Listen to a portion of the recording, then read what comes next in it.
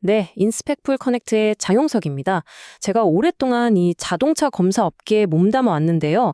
최근에 한 검사소에서 겪었던 일이, 이건 정말 저한테도 꽤나 큰 충격이었습니다. 그래서 오늘은 제 경험을 바탕으로 우리가 어쩌면 당연하게 여기고 있었던 것들에 대해서 한 번쯤 같이 생각해보는 시간을 가졌으면 합니다. 제가 정말 여러 검사소를 다녀봤거든요. 그런데 유독 한 곳에서 받은 느낌은 뭐랄까 정말 생소했어요. 어? 여기 시스템은 내가 알던 거랑 완전히 다른데? 이 생각이 머릿속을 떠나지가 않는 겁니다. 혹시 내가 그동안 검사를 잘못해왔던 건가? 아니면 그냥 익숙했던 방식을 나도 모르게 다르게 보고 있었던 걸까요? 자, 섹션 1. 다른 시스템입니다. 도대체 무엇이 그렇게 달랐는지, 제가 느꼈던 그 근본적인 이질감의 원인이 뭔지 한번 파헤쳐 보겠습니다. 결론부터 말하면 바로 그곳의 시스템이 문제였어요. 검사원으로서 제가 일할 때 가장 중요하게 생각하는 조건이 뭐냐고 물으시면 전 망설임 없이 근로 환경이라고 답할 겁니다. 근데 여기서 환경이라는 게 그냥 뭐 깨끗하고 편안한 공간 이런 걸 넘어서요. 검사 업무를 정말 효율적으로 착착 처리할 수 있게 만드는 그런 체계적인 시스템을 말하는 거죠. 이 효율적인 시스템, 이게 모든 것의 시작이거든요. 솔직히 말씀드려서요. 민간 검사소 중에서 제 기준에 완벽하게 들어맞는 곳을 찾는다? 그건 거의 불가능에 가깝습니다. 현실이죠. 하지만 그 현실 속에서도 제가 우선으로 생각하는 조건, 그러니까 이 효율적인 시스템이 어느 정도는 갖춰진 곳을 만나게 되면 그것만으로도 정말 감사한 일입니다. 자, 이제부터가 진짜 흥미로운 부분입니다. 이 검사소의 프로세스가 대체 왜 그렇게 독특하고 어떻게 보면 좀 비효율적으로 느껴졌는지 아주 구체적으로 한번 파헤쳐 보겠습니다. 검사 동선을 한번 보시죠. 정말 복잡합니다. 일단 넓은 주차장에서 1차로 관능 검사를 하고요. 그리고 1번 진로로 들어가서 ABS랑 하체 검사를 해요. 근데 여기서 끝이 아니에요. 차량이 검사소 밖으로 아예 나갔다가 다시 들어와서 2번 진로에서 정밀 검사를 받아야 하는 그런 구조입니다. 정말 특이하죠. 이 복잡한 과정 속에서 제 눈을 딱 사로잡았던 가장 의아했던 장면이 하나 있었습니다. 그게 뭐냐면 사진을 한번 찍고 시간을 확인하더니 좀 있다가 다시 사진을 찍는 거예요. 도대체 왜 이렇게 불필요해 보이는 과정을 반복하는 걸까요? 그 이유는 바로 3분 룰이라는 그들만의 불문율 때문이었습니다.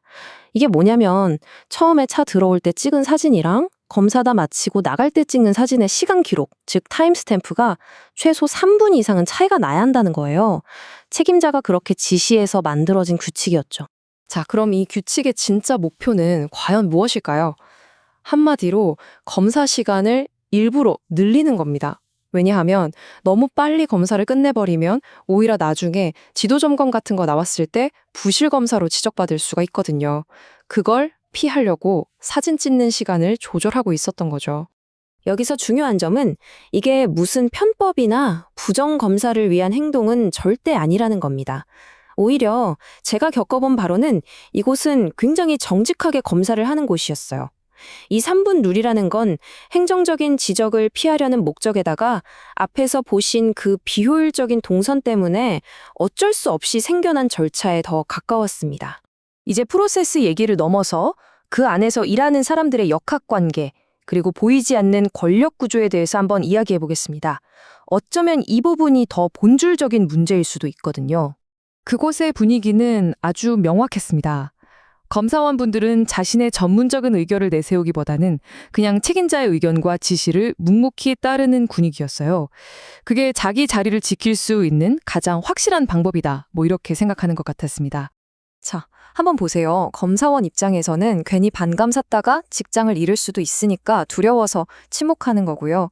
책임자 입장에서는 자기 지시를 잘 따르는 직원이랑 일하는 게 훨씬 수월하잖아요. 결국에는 서로의 이해관계가 딱 맞물려서 이런 문화가 만들어지는 겁니다. 사실 이건 비단 여기만의 이야기는 아닐 겁니다. 많은 사용자나 관리자분들은 저처럼 원칙 내세우고 자기 주장 강한 사람을 좀 다루기 어려워하죠. 똑똑한 사람보다는 말 잘 듣는 직원을 선호하는 경향, 이게 우리 업계에 꽤 널리 퍼져 있는 현실입니다. 이런 구체적인 경험들은 결국 자동차 검사원이라는 직업 자체의 경제적 그리고 직업적인 현실에 대한 더 큰 성찰로 이어지더라고요. 마지막으로 이 이야기를 좀 나눠보고 싶습니다.